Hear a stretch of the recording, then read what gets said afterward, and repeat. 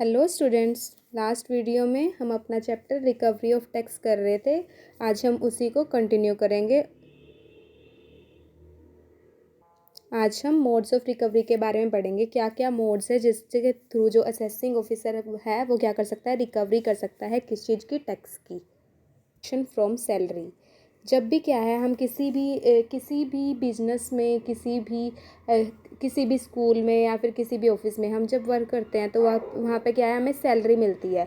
तो क्या अगर हमारी सैलरी क्या है इतनी है कि वो क्या है उसमें टैक्स लगेगा उस सैलरी के ऊपर, तो हमारी जो कंपनी है वो क्या करती है, टैक्स डिडक्शन एट सोर्स, यानी कि वो कंपनी के अंदर ही क्या है सैलरी हेड में से क्या कर लेती है, डिडक्ट कर लेती है टैक्स की अमाउंट को, और जो बाकी पेंडिंग अमाउंट बच जाता है सैलरी का, उसको देती है एसएससी को, यानी कि जो पर्सन होल्डर है सैलरी का उसको दे देती है।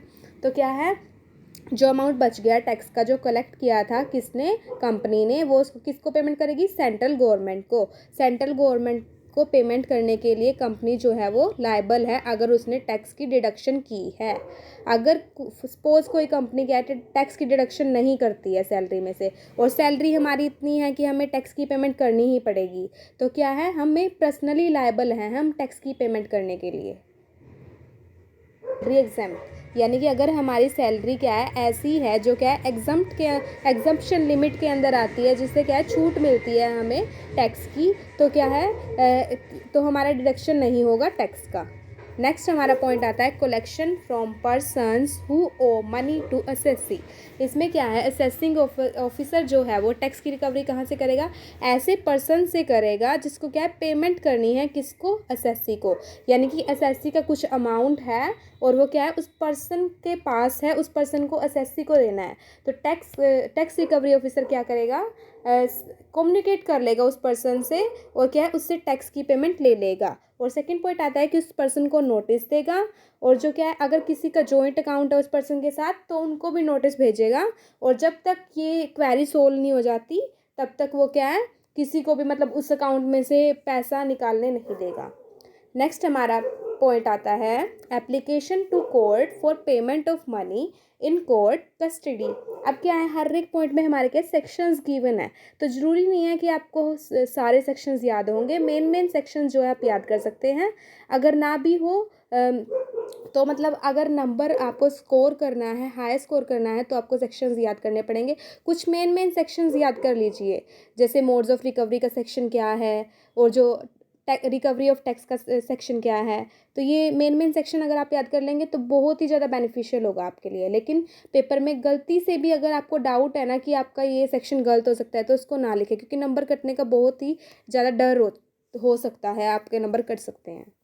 अब इस पॉइंट में क्या है कि अगर कोर्ट के पास पेमेंट है, कोर्ट के पास क्या है, कस्टडी है किसी पर्सन की, तो क्या करेगा, जो असेसिंग ऑफिसर है वो क्या है टैक्स की रिकवरी के लिए किसको बोलेगा, वो कोर्ट को बोलेगा कि आप जो है आपके पास उसकी कस्टडी है और आप क्या है उस मनी में से हमें पेमेंट कर दीजिए टैक्स की। अगर उसके पास जो कोर्ट है उसके पास इतना अमाउंट है कि उसमें से ईजिली टैक्स की पेमेंट हो सकती है, तो क्या है कोर्ट से वो पेमेंट को ले लेगा, रिकवरी कर लेगा टैक्स की assessing officer.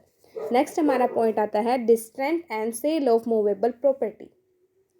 The assessing officer or tax recovery officer may, if so authorized by the chief commissioner or commissioner by journal or special order, recover any errors of tax due from an assessee by distinct and sale of his movable property in manner to laid down in the third schedule. क्या है, third schedule में क्या है given है कि अगर कोई person है जिसको क्या है टैक्स की पेमेंट करनी है, प्रॉपर्टी है ना उसको बेचकर, और वो उसको बेची कैसे, उससे पहले क्या है चीफ कमिश्नर से परमिशन लेनी पड़ेगी।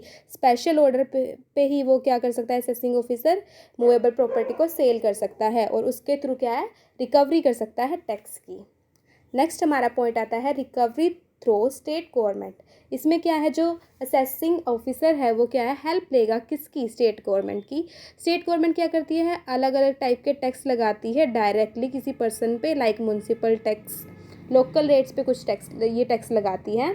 तो क्या है जैसे जैसे म्यूनसिपल टैक्स को कलेक्ट करती है ना स्टेट गवर्नमेंट, वैसे ही क्या है tax recovery officer state government को बोल देगा कि आप जो है उसी तरह से हमारे भी टैक्स को कलेक्ट कर लीजिए, और उसके थ्रू क्या है रिकवरी हो जाएगी टैक्स की। अब कुछ मोड्स हैं जिनके थ्रू क्या कर सकते हैं हम रिकवरी कर सकते हैं।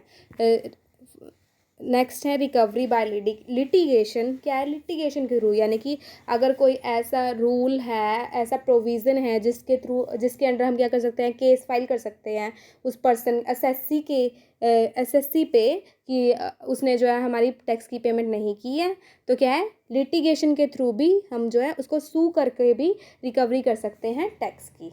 Recovery under agreement with foreign countries. अब कोई पर्सन है जो क्या है फ़ॉरेन में चले जाते हैं, तो क्या है लेकिन क्या है उनकी इंडिया में प्रॉपर्टी है, तो उनकी प्रॉपर्टी पे टैक्स तो लगेगा ना, तो वो टैक्स की रिकवरी कैसे करेगी, जो हमारी गवर्नमेंट है वो फ़ॉरेन की गवर्नमेंट से क्या है एक एग्रीमेंट कर लेगी, जिसके थ्रू अगर किसी फ़ॉरेन पर्सन का इंडिया से वहाँ पे कोई टैक्स अराइज होता है, तो वो क्या है उसके लिए हमारा इंडिया गवर्नमेंट पे करेगा, और वो किससे लेगा उसी पर्सन से लेगा।